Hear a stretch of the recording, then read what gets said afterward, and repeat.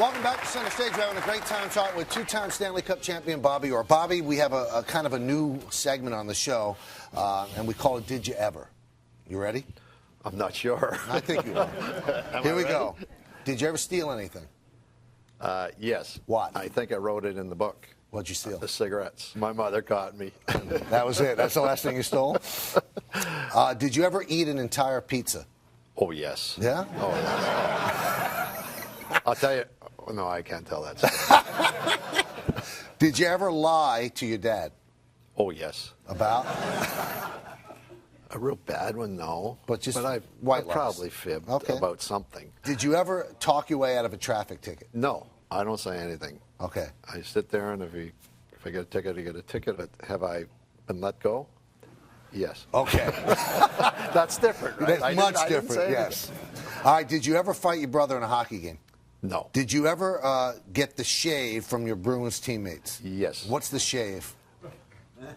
We're on television? Yeah, you can do it. Can't talk. They shaved me. Head to toe?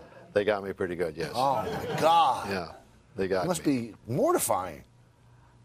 When you get 5 or 6 big men holding you, what are you going to do? There's got to be nicks and cuts, I assume. We had nicks and cuts. Did you ever give Don Cherry fashion advice? No. Did you ever walk past a mirror, wink, and go, yeah, I got it going on? I got it what? I got it going on. No. I've got it going on? Yeah, like, you know, I'm the goods. Did you ever ride the New York City subway system? No. Did you ever drop the Stanley Cup when it was in your possession? No. But again, on that, we didn't get the Stanley Cup as they get it today. We had it for the parade, and that was it. If that Stanley Cup could talk. Oh, no. Oh, no. All right, and finally, did you ever push a fan out of the snow after a game?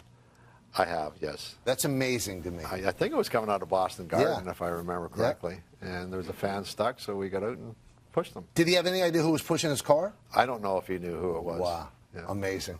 All right, so we mentioned the trade. Did you start to think we've got a chance to win the Stanley Cup? Oh, absolutely. You did? Absolutely. Our team was starting to come together. Eddie Westfall and Derek Sanderson became the best penalty killers I've ever seen in the game. Johnny Busick could score goals, and little Johnny McKenzie was wonderful. I mean, we had goalies in Boston.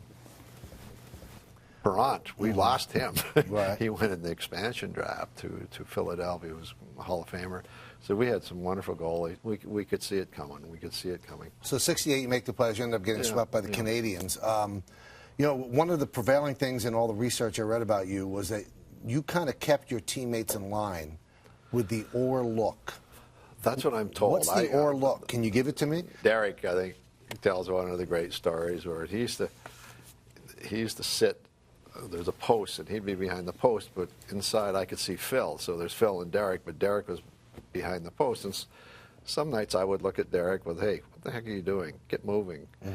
And apparently Derek and Phil are talking, and Derek says to Phil, is he looking? and Phil said, yeah, I think he is. Well, who's he looking at? He said, well, I've got 2 goals.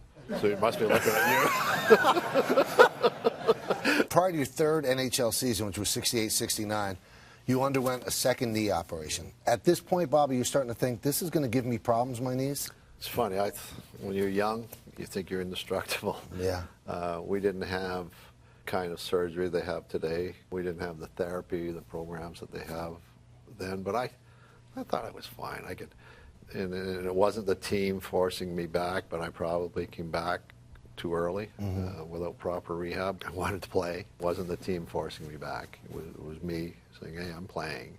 But no, even then I thought that it wasn't going to be a chronic thing. Yeah, I'm going to be fine. In that season, Boston went 42-18-16, 100-point season.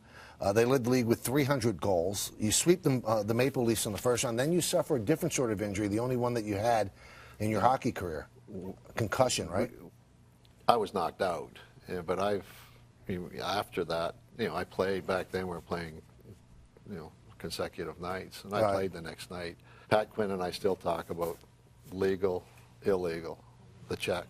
Was it? Back then, it was probably a legal check. What happened when you left the hospital? Well, we were in Boston, and back then we stayed in a hotel. And I walked into the lobby in a hotel, and there was a rather rough, tough-looking gentleman with the hat and the coat and the collar up, walked over to me and said, would you like us to take care of that guy? I said, I'll take care of Pat myself. Did you take care of him? We had a little tiff somewhere along the line. Patty's a friend. We laugh about it a lot today. Now, after the Toronto series, which you guys win, you guys lose a tough 4-2 series to Montreal. You're starting to get sick of the Canadians? They did beat us a lot. Yeah. The one thing about the Canadians, people will ask me, where did you enjoy playing?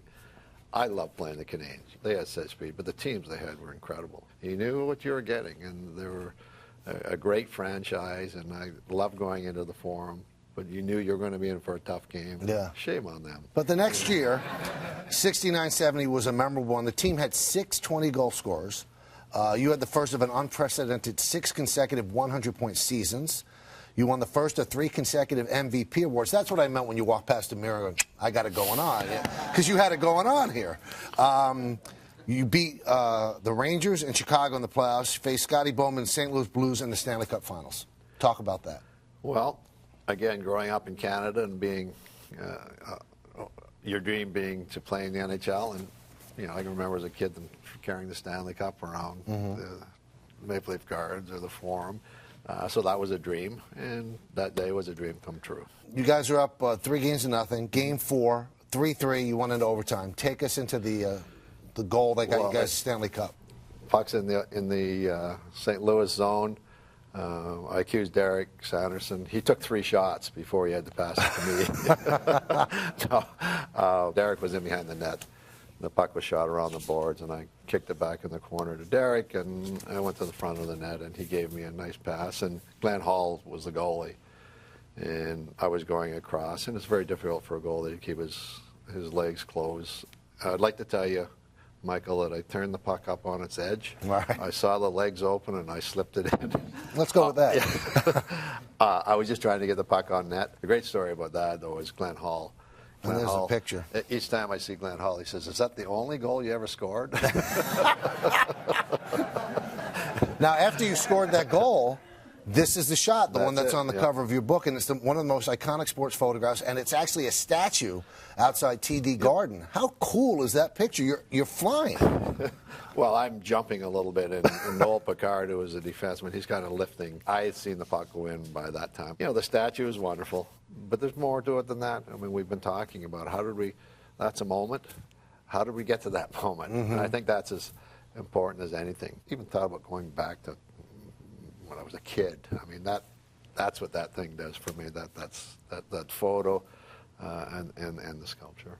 Amazing stuff. Well, the career in Boston did not last as long as it should, and we'll talk about that when Bobby moves to the Windy City next on Center Stage.